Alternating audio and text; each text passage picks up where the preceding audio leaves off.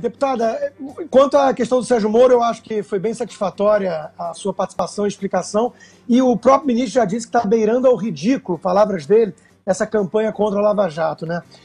A pergunta que eu queria fazer para a senhora é outra. A senhora defendeu a democracia plural, disse inclusive de conversar com a esquerda dentro do Congresso, e a República, citou algumas vezes a palavra República.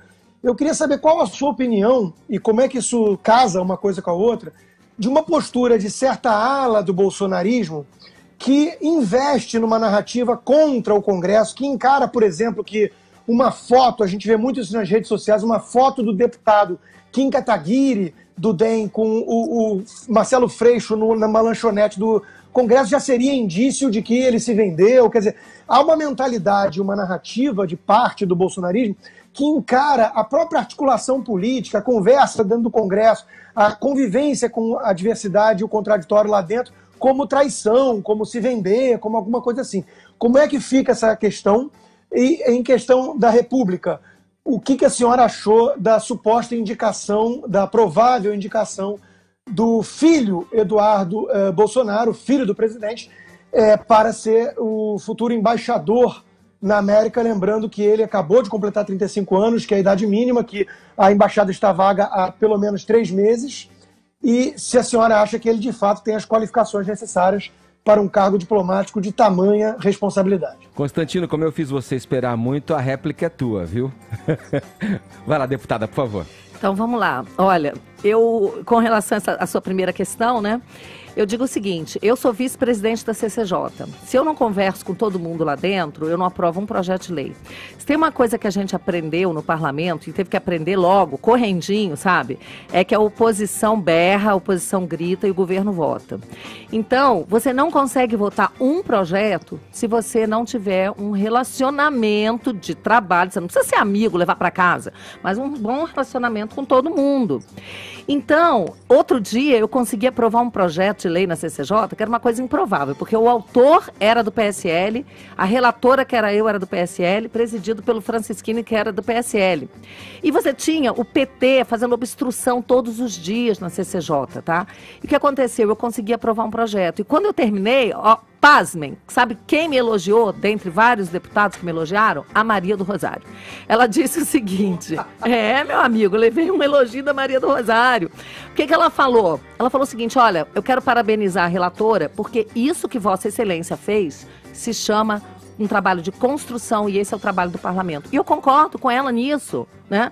A gente está lá para construir e você não consegue fazer nada sozinho. Então, o fato do Kim Kataguiri sentar na mesa com o Freixo, isso aí para mim não é problema nenhum, tá? O importante é como a pessoa vai se conduzir no parlamento, o tipo de leis que ela vai apoiar, tá certo? Agora, entendendo que lá você tem que ceder um pouco, deixar aprovar uma lei de um partido que é um partido oposto ao seu, com ideias opostas, senão você nunca vai apoiar um seu. E sempre votar de acordo com a sua consciência, é óbvio. Mas aquilo que não for uma coisa do núcleo da sua consciência, que não afeta seus princípios, você tem que abrir mão um pouquinho, sim, senão você não faz nada. Aí vai para outro poder. No legislativo é assim. Quanto ao Eduardo, né? Embaixador. Isso. Bom, quando eu ouvi a notícia, que eu soube que o Bolsonaro tinha anunciado na live, primeiro eu levei um susto. Por que eu levei um susto? Porque eu nunca tinha pensado nisso. Eu achava que tinha, assim, uma outra pessoa já para ser encaminhada, um embaixador, que eu sei que é alinhado, que é uma pessoa que pode até vir a ser embaixador, não sei. Levei um susto porque eu não estava esperando. Mas eu não quis me manifestar logo, porque eu gosto muito de ponderar. Eu sou uma pessoa que eu colho as opiniões, eu gosto de fazer isso, tá?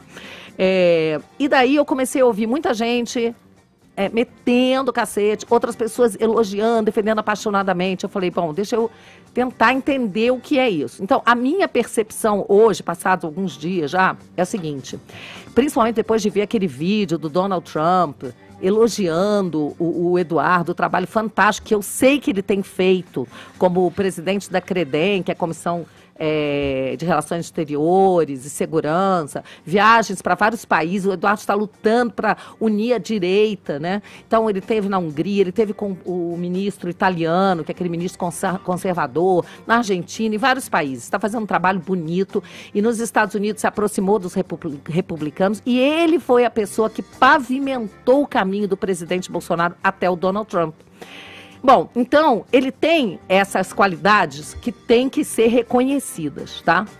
Agora, tem uma outra questão, que é o seguinte, o Eduardo, ele é um deputado federal por São Paulo, com quase 2 milhões de votos, e a política hoje precisa do Eduardo aqui também. Eu fico pensando em São Paulo, que é a cidade, a quarta maior economia, né, do Brasil.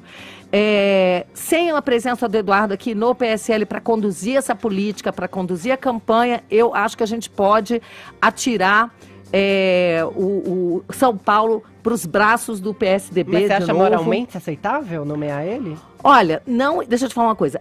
Não é nepotismo, porque cargos políticos não estão incluídos em nepotismo, ele ser embaixador, tá? Eu acho assim, como o Eduardo teve esse destaque muito grande e o presidente Bolsonaro quer botar alguém da confiança dele, porque eu vou dizer uma coisa aqui para vocês, gente, embora nem todo mundo vai concordar comigo, mas eu tenho essa visão de que a gente está numa guerra cultural. Então, você precisa de alguém muito alinhado com as questões, alguém que queira combater o Foro de São Paulo, que queira realmente trabalhar pela direita, pelo conservadorismo. O Eduardo, ele é essa pessoa. Mas eu acho que ele pode fazer muita falta aqui no Brasil. E eu não sei se os eleitores dele ficarão muito satisfeitos também com a ida dele. E tem um prejuízo de que ele, como embaixador, ele não poderá fazer nenhuma atividade política, porque é um cargo de Estado, né? Assim, não é de governo. Então, ele, por exemplo, ele estando lá como embaixador, ele fica impedido de comentar, fazer comentários sobre questões que são importantes a gente ter a visão do Eduardo aqui. Agora, a restrição que eu tenho é assim, poxa, passa uma mensagem de que só pessoas da família teriam essa confiança. Eu acho que existem outras pessoas no mais meio. Qualificadas, talvez? Olha, você pode até dizer qualificada, por exemplo, um diplomata, uma pessoa que já fez, que tem bastante experiência na área da diplomacia, mas o Eduardo está se mostrando um diplomata nato.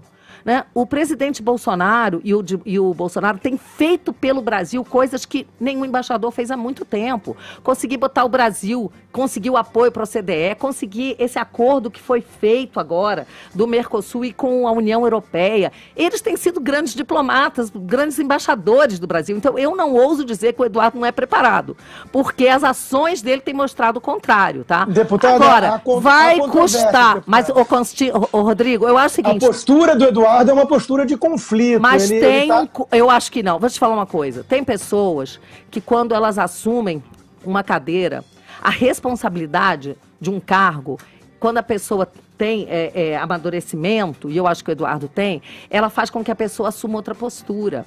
Eu digo assim, eu já conheci pessoas que eram super beligerantes, encrencavam com tudo, super crítica com colegas de trabalho. A hora que passa a ser chefe, passa a ser compreensivo, passa a poder conseguir conversar. Porque quando você assume um cargo, vem uma responsabilidade junto. Mas não foi o que aconteceu, Bom, o Edgar me disse, o Edgar me deu aí uma concessão da tréplica, né, Edgar? Vai lá. Não, é só para... Bom, em primeiro lugar, eu fico satisfeito com a resposta sobre o parlamento e a importância da conversa do Congresso e de contemporizar, ceder. Isso é fazer política, não é velha nem nova política, nem nova era. É fazer política e eu fico feliz de ouvir da senhora isso, porque tem muita gente ligada ao bolsonarismo que não pensa assim. Então é bom ouvir da senhora endossando isso. Quanto à indicação do Eduardo, né, a possível indicação, eu só gostaria de lembrar que sou, assim, um tanto patrimonialista, dinástico, quase um clã, né? É o governante que encara o Estado como um puxadinho da sua família. E qualificação é muito questionável. Você me desculpa, deputada, mas o conservadorismo que ele foi costurar, a gente sabe que é ligado ao Steve Bannon, que é um sujeito tão radical que o Donald Trump chutou da Casa Branca. Ele fala em nome de uns radicais. A senhora citou a Hungria. Hungria é o Viktor Orbán, que chama de democracia iliberal o seu projeto. Então não são pessoas tão comprometidas, me parece, com os valores republicanos que a senhora defendeu antes. Então eu acho que há aí uma postura ligada a essa ala da dita direita, nacional populista, que é um tanto autoritária e muitas vezes incompatível com um projeto mais republicano que a direita conservadora e liberal apregou.